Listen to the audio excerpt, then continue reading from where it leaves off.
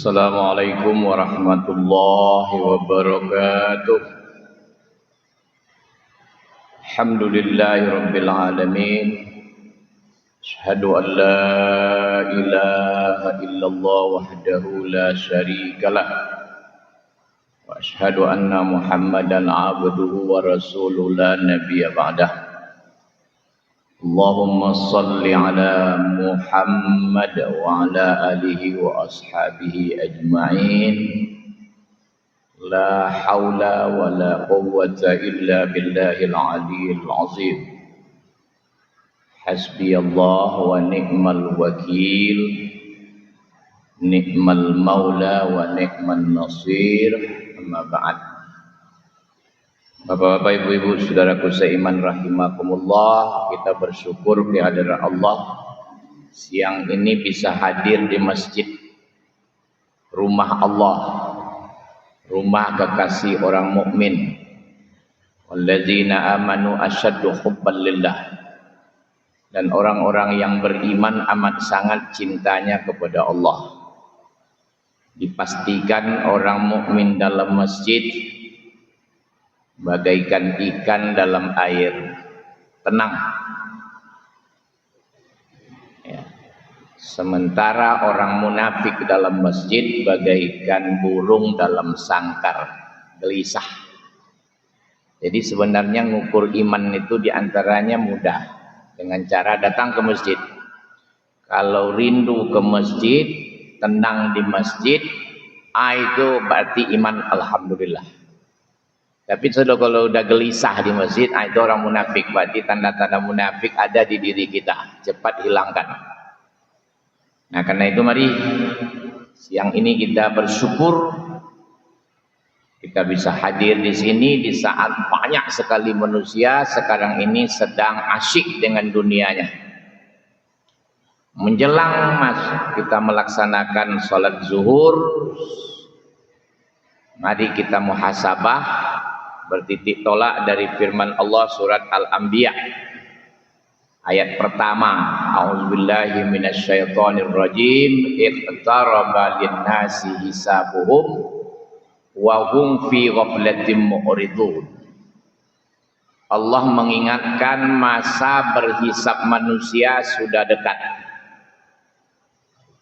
Wa hum fi ghaflatin mu'ridun, sedangkan mereka masih juga dilalaikan oleh kehidupan dunia dan membelakangi akhirat atau akhirat.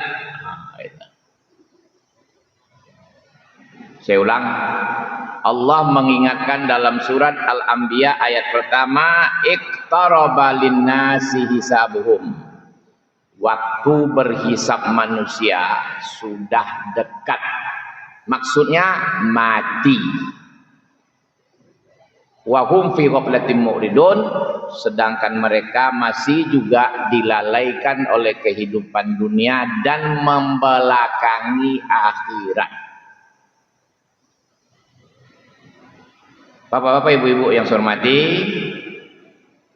Nabi paling tidak kita sandingkan dengan ayat ini bersabda, umur manusia setelah aku atau umatku nanti itu umurnya antara 60 sampai 70 tahun, sedikit yang lebih. Jadi umur antara 60 sampai 70 tahun, sedikit yang lebih. Beliau buktikan dengan dirinya sendiri, 63 tahun umur beliau sudah berangkat ke alam barzakh, ke akhir dari dunia. Ya. Jadi tadi membelakangi akhirat, ya. Sedangkan waktu mati sudah dekat, berhisab, hisab pertama nanti di sana. Membelakangi akhir artinya lupa dengan akhir dari dunia ini, yaitu mati. Sedangkan umur singkat untuk kita umat Nabi Muhammad. Jadi kalau berusaha pun manjangkan umur sekarang nggak bisa lagi. Kalaupun bisa nanti kasihan. Ada sekarang kita lihat umur 100 lebih tapi tidak bisa menggaik leh. Ya, kadang-kadang tidak sadar juga leh. Ya, percuma ya menyusah orang. Dulu anak-anak pada soro, dia ulah umur lewat 70 80 ndak bisa mengopoi leh. Kecil ditompek, terkoncang ditompek, makanan diantau. Dulu anak ndak pernah nyumpah, gini nyumpah. Nah, ini hati-hati. Ya. Jadi Allah ingatkan ini kepada orang yang beriman. Karena satu di antara rukun iman itu percaya kepada kitab Allah. Nah, kalau kita percaya kepada kitab Allah, berarti Allah ingatkan dalam Al-Quran nih. Percaya kepada kitab berarti kita percaya kepada Allah. Karena kitab Al-Quran itu firman Allah. Percaya kepada Allah, kepada kitab Allah berarti percaya kepada Rasul. Karena yang nyampaikannya Rasulullah. Percaya kepada Rasulullah, Allah dan kitab, percaya kepada malaikat. Karena yang ngantarkan malaikat. Percaya kepada yang empat itu percaya kepada yang akhir. Karena yang diingatkan di sini akhir. Maksudnya apa? Manusia waktu mati lah doke. Masih juga dilalaikan oleh dunia dan lupa akhir. Nah, lupa akhir itu maksudnya akhir dunia mati. Ya, itu dulu. Di alam barzah itu nanti, itu paling tidak akan ditanya. 3. Man rabbuk, siapa Rabbmu? Itu ditanya tuh. Waktu kamu hidup di dunia itu, Tuhan kamu siapa? Hartakah? Pangkatkah? Ilmukah? Jabatankah? Atasankah? Binikah? Lakikah? Anakkah? Dan lain sebagainya. Dan hanya besok. Tahu diatur oleh siapa? Karena Rabb itu diantara artinya mengatur. Jadi kenapa man rabbuk ditanya? Karena dulu seluruh roh manusia, siapapun dia, mau roh orang kafir, mau siapa, itu dulu pernah berjanji dengan Allah di alam arwah. Sebelum roh ketemu dengan jasad, dan jasad pun belum dibentuk. Bahan baku baru. Jasad waktu itu masih bahan baku, tanah, ya, tumbuh-tumbuhan dan lain sebagainya, masih bahan baku lah, belum. Ditanya tuh. Itu diinformasikan Allah dalam surat Al-A'raf ayat 172. Bunyinya begini. Ingat ketika dulu Rabbmu, ketika Rabbmu Muhammad, berarti kalau dulu kepada Muhammad, sekarang kepada kita lagi, ya kan? Yang baca, Azwir, yang baca Quran, ingat dulu Rabb kamu tuh ya Rabb Muhammad SAW, itu. Apa? Pernah mengambil kesaksian dari seluruh keturunan Adam, zuriatnya. Mufassir mengatakan di alam arwah, di alam roh dulu. Apa bunyi perjanjian itu? Alastu bi rabbikum? Allah bertanya kepada seluruh roh manusia, bukankah aku Rabb kalian? Dijawab oleh manusia waktu itu, qalu bala syahidna. Mereka menjawab, iya, kami bersaksi. Jadi syahadat manusia pertama adalah syahadat tauhid rububiyah. Mengakui Allah sebagai Rabb. Itu pertama. Kata Allah, antakulu yaumal qiyamah inna kunna an hadza ghafilin. Ini diberitahukan kepada kalian hai manusia. Lewat firman-Nya atau lewat kehidupan pun bisa sebenarnya. Ya, lewat kehidupan ini kita sudah pasti mengakui bahwa ada di luar diri kita yang berkuasa, yang mengatur. Ya, itulah Rabb. Apa kata Allah? Diberitahukan kepada kalian supaya tidak ada alasan kalian nanti di hari kiamat kami dulu lalai. Itu tadi tuh. Kami dilalaikan oleh dunia dulu. Ngurus bini, ngurus anak, ngurus harta, ngurus pangkat, ngurus jabatan, ngurus. Sehingga kami lupa dengan Engkau sebagai Rabb. Kami jadikan makhluk sebagai Tuhan. Kami ikut aturannya. Kami anggap dia yang memiliki kami. Ya, kami ikut perintahnya. Kami anggap dia yang memberi kami nikmat karena dia memberi kami gaji. Macam itu. Jadi paling tidak pengertian Rabb itu adalah seluruh al-asma'ul husna yang bersifat aktif. Itu pengertiannya Rabb tuh. Dia yang memberi rasa aman, dia yang menyelamatkan, dia yang memberi rezeki, dia yang memberi apa? Dia yang mengayakan, dia yang apa lagi tuh? Mengatur, dia yang mencipta. Itu pengertiannya Rabb tuh. Atau kalau ditafsir kita tengok, dia yang memiliki, dia yang berkedudukan tinggi, dia yang memperbaiki, dia yang memberi nikmat, dia yang mencipta, dia yang mengatur.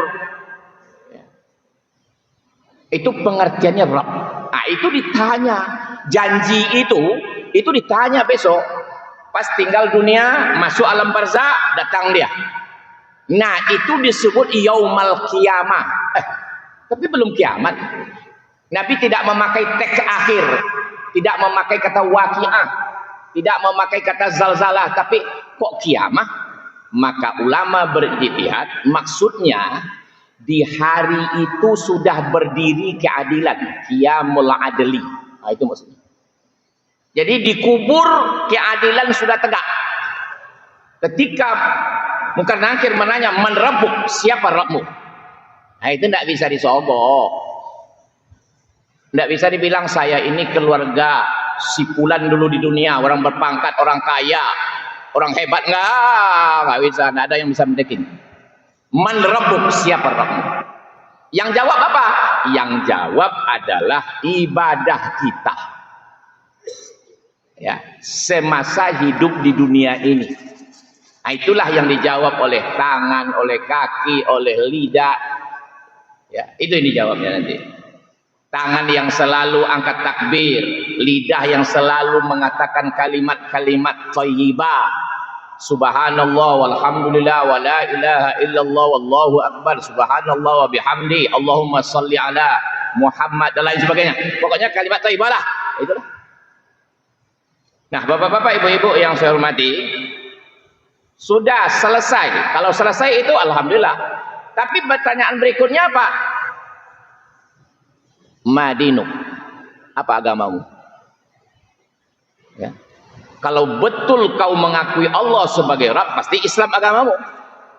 Kenapa? Innad dina indallah al-Islam. Satu-satunya aturan hidup yang diakui oleh Allah adalah Islam.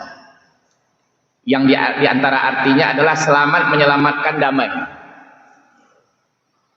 Nah, kalau tidak selesai pertanyaan man rabbuk, ini tidak selesai ini.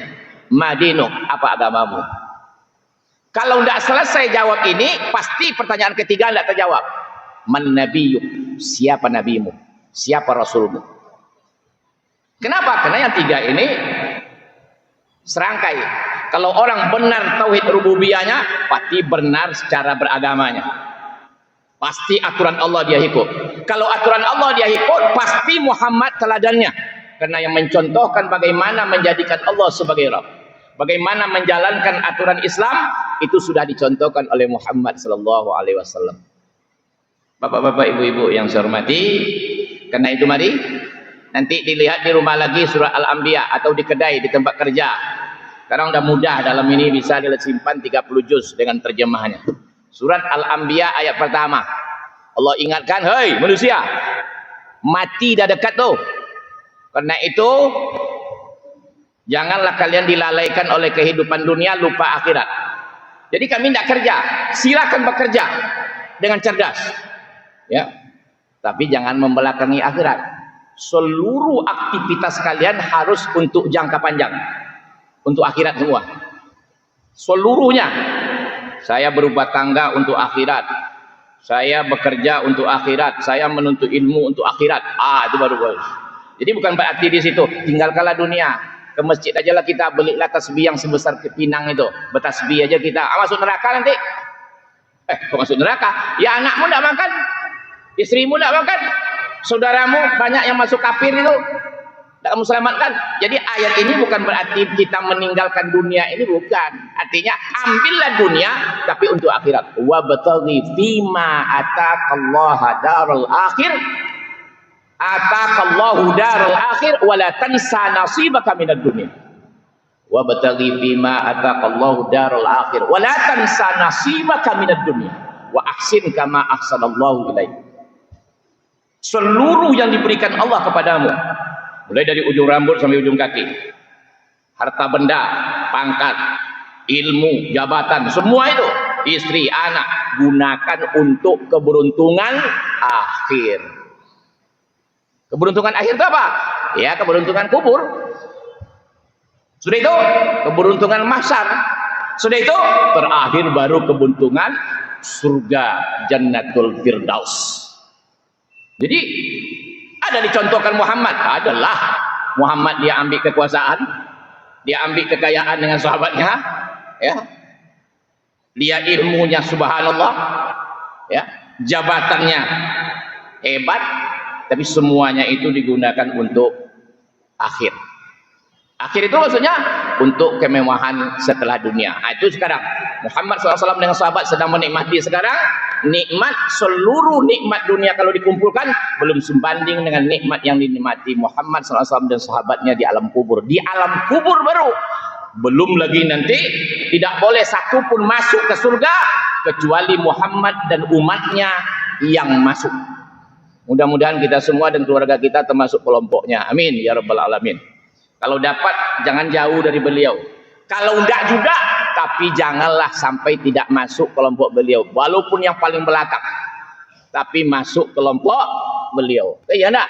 Nah itu. Nah karena itu mari kita hayati surah Al-Anbiya tadi. Hai manusia, kata Allah, masa berhisab kalian sudah dekat tuh. Mati dah dekat. Kalian lalai juga oleh dunia membelakangi akhirat. Jadi kalau begitu, waktu sudah dekat untuk mati, kami akan ambil dunia ini sebanyak-banyaknya, tapi untuk kebahagiaan akhirat. Nah, baru bentuk. Nah, itu yang dicontohkan Nabi, ya, sehingga berdiri Madinah. Jadi hati-hati, jangan dengan ayat ini nanti boleh tasabiyo tu tasabiyo je leh. Ya, apalagi sekarang ada pula tren, kalau sudah pensiun, awaklah pensiun kini ustaz. Jadi awak di musaji, je leh ngaji-ngaji, je leh. Tak ada contoh dari Nabi dan sahabat, tak ada tuh, nggak ada. Sampai titik nyawa terakhir kita harus terus amar ma'ruf nahi mungkar, terus ngambil dunia ini untuk kepentingan akhirat. Makanya coba tengok, Nabi jadi pemimpin sampai umur 63 tahun. Ketika akan wafat masih mengutus utusan perang karena ada yang mengganggu. Abu Bakar 60 ke atas, Utsman apalagi, Umar, ya, itu yang sudah katanya pensiun sekarang. tidak ada. Pensiun kita nanti di alam kubur, kita rehat. Di situ kita bersenang-senang. Sekarang kalau masih dikasih Allah kesehatan, rohani dan mali, gunakan. Untuk apa? Untuk mengumpulkan pahala sebanyak-banyaknya. Amal soleh biayanya murah. Sementara maksiat kosnya tinggi. Karena itu mari seluruh yang diberikan Allah gunakan untuk kemewahan akhir. Ya. Akhir itu apa? Akhir dunia kubur, akhir kubur mahsyar, akhir mahsyar adalah jannah. Mudah-mudahan kita semua yang hadir dan saudara kita bisa mewujudkan firman Allah itu, dan kita nanti santai semua di surga Allah bersama Muhammad sallallahu alaihi wasallam. Subhanakallahumma wa bihamdika asyhadu an la ilaha illa anta astaghfiruka wa atubu ilaik. Assalamualaikum warahmatullahi wabarakatuh.